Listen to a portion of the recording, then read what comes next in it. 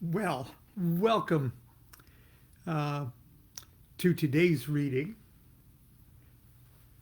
I'm uh, I'm sitting here on our bed with our bed crocodiles.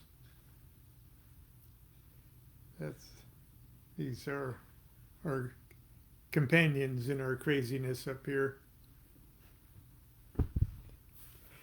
The very Egyptian book of the Dead. Anyway, we've got a very good friend, an old dear friend, and a magical being uh, in and of himself. Mr. Robert Patton is driving up from Clear Lake, or driving over. I don't know if it's up or down or whatever, to pay us a visit this morning. Maybe look at our garden and see if he has any advice as to how we should or should not proceed with our garden stuff. But anyway, if you've read Low Magic, or if you've read My Life with the Spirits, or a few other books, you'll know that Bob Patton. Sometimes we call in the old days we called him Mad Bob. Uh, is a very important person in our life, and he's going to visit this morning. And so I thought I would get our little reading out of the way uh, a bit early. So I apologize for being uh, a little early. But anyway, uh, a while ago I wrote an introduction to the book of another very good friend of mine, Mr. John Boy, who wrote a marvelous book called Why is God Upside Down? And sort of from a Buddhist, the story is, or the book is concerning Buddhism and his uh, involvement or evolution uh, in Buddhism. And he was kind enough to ask me to write an introduction to his book. And for some reason, either from timing or whatever, it did not make it into my allow me to introduce book, uh, which I'd like to correct that now. It's very short, and I really don't have that much uh, time this morning anyway. But I thought I'd share it with you. This is my introduction to John Boy's "Why Is God Upside Down?"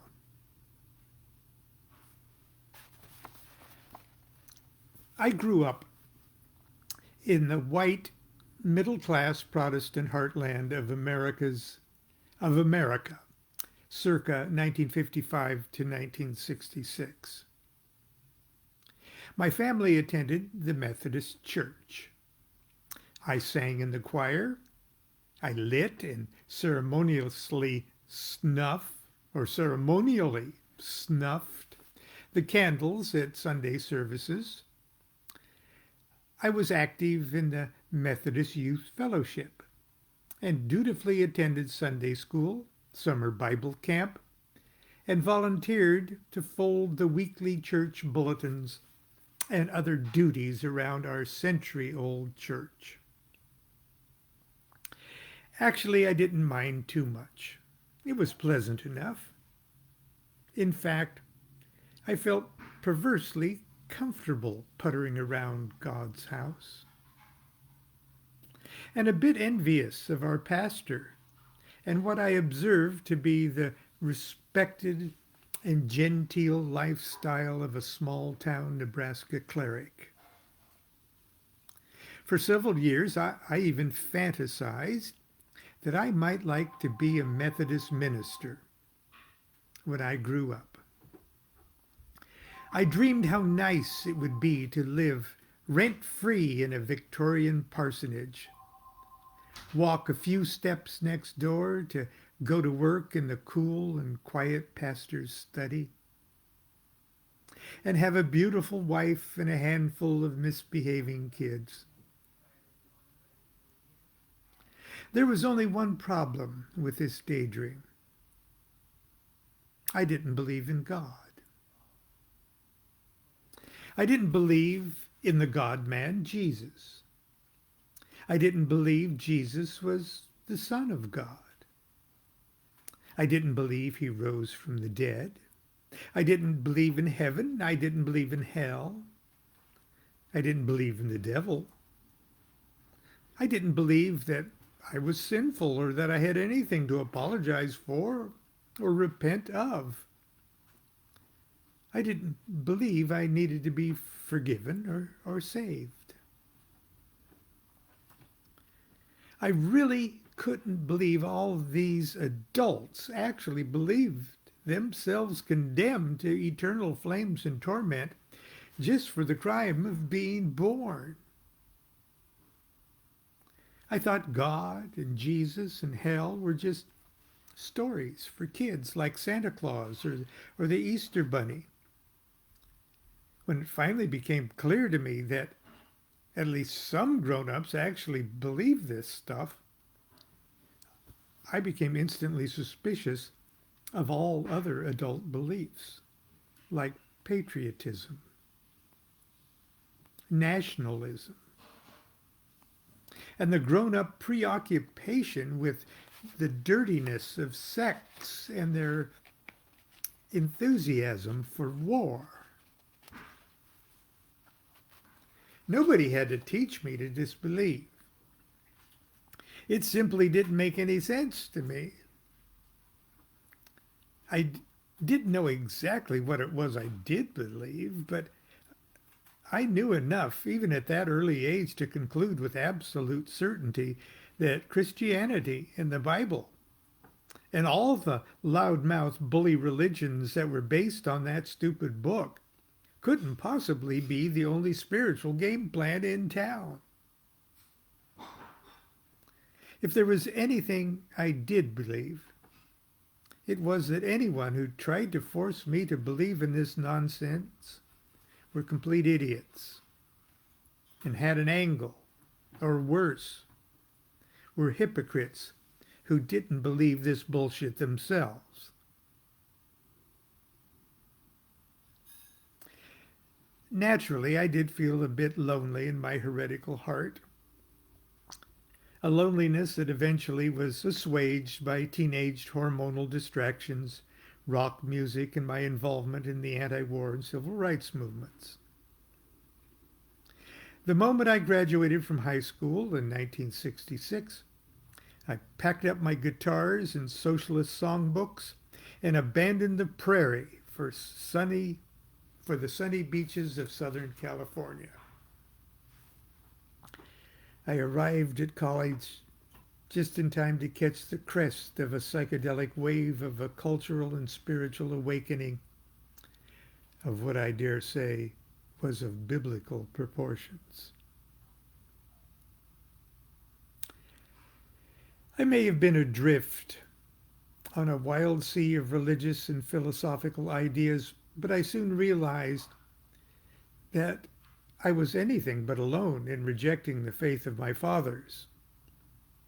Like Mr. Boy, I initially sought out a ready-made ism that I might simply plug myself into to replace the stupidism of Christianity. And there were plenty of those to choose from. I think I'll be a Hindu. None of this is real. No, I don't eat that. Pardon me, I need a high colonic.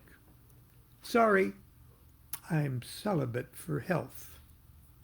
Sorry, I need to ejaculate more for health. I'm fasting. I'm juice fasting. I'm water fasting. I'm air fasting. I was comfortable with the Hindu thing for a while.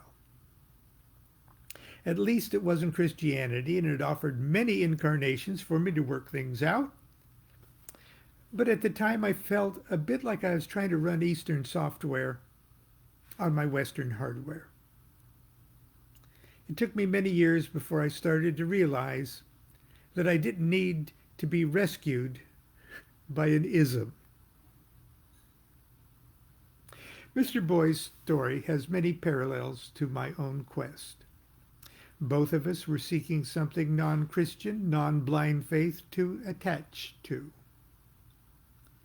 John's way of going non-Christian was by going pre-Christian, with the old gods and nature affirming practices of neo-paganism.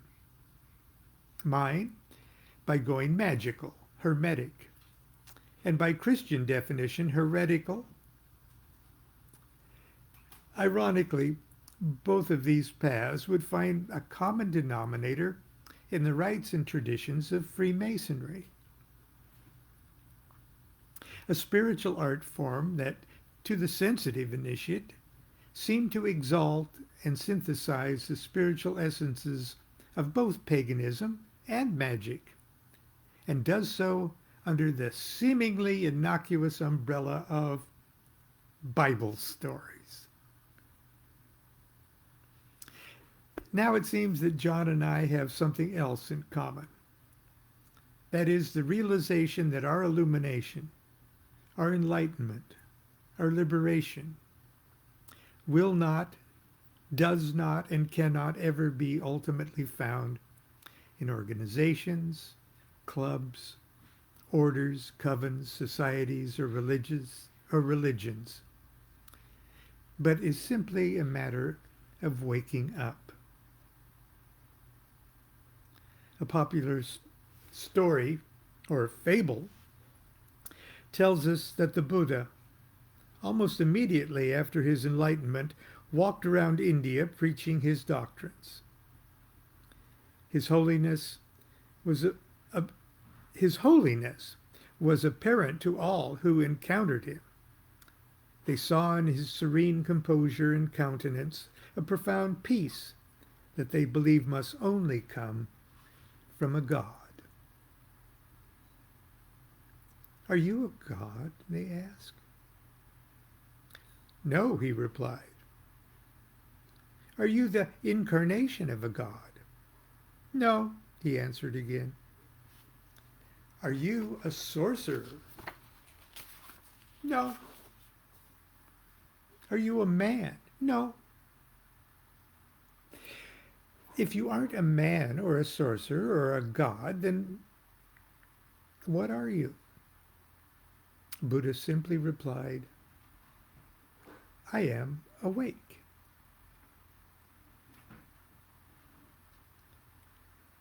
The word Buddhism ends with ism, but Buddhism isn't, or shouldn't be, an ism. In essence, it is simply waking up. In this book, Brother Boy has guilelessly allowed us to observe his process of waking up. He recites his litany of many epiphanies and bitter disappointments that are the natural and inevitable recompense for all who would pin their aspirations in the process of working with other people and other organizations. If you receive nothing else from your reading experience, I hope you'll at least come away with a better understanding of your own journey. And when you close the book, you'll be a little more awake. And that was my introduction to John Boy's Why Is God Upside Down? Actually, I posted the Amazon link to it, and encourage you, if you so will, to get yourself a copy and enjoy it. Be edified by it. Anyway, I know I was a little early this morning, and I hope enough of you watch this anyway. And remember, Tuesdays are usually a weird shopping day for us, so I'll probably see you tomorrow from my telephone in the car. So until then, continue to be good to yourself and be good to each other. Do what thou wilt shall be the whole of the law. Love is the law, love under will.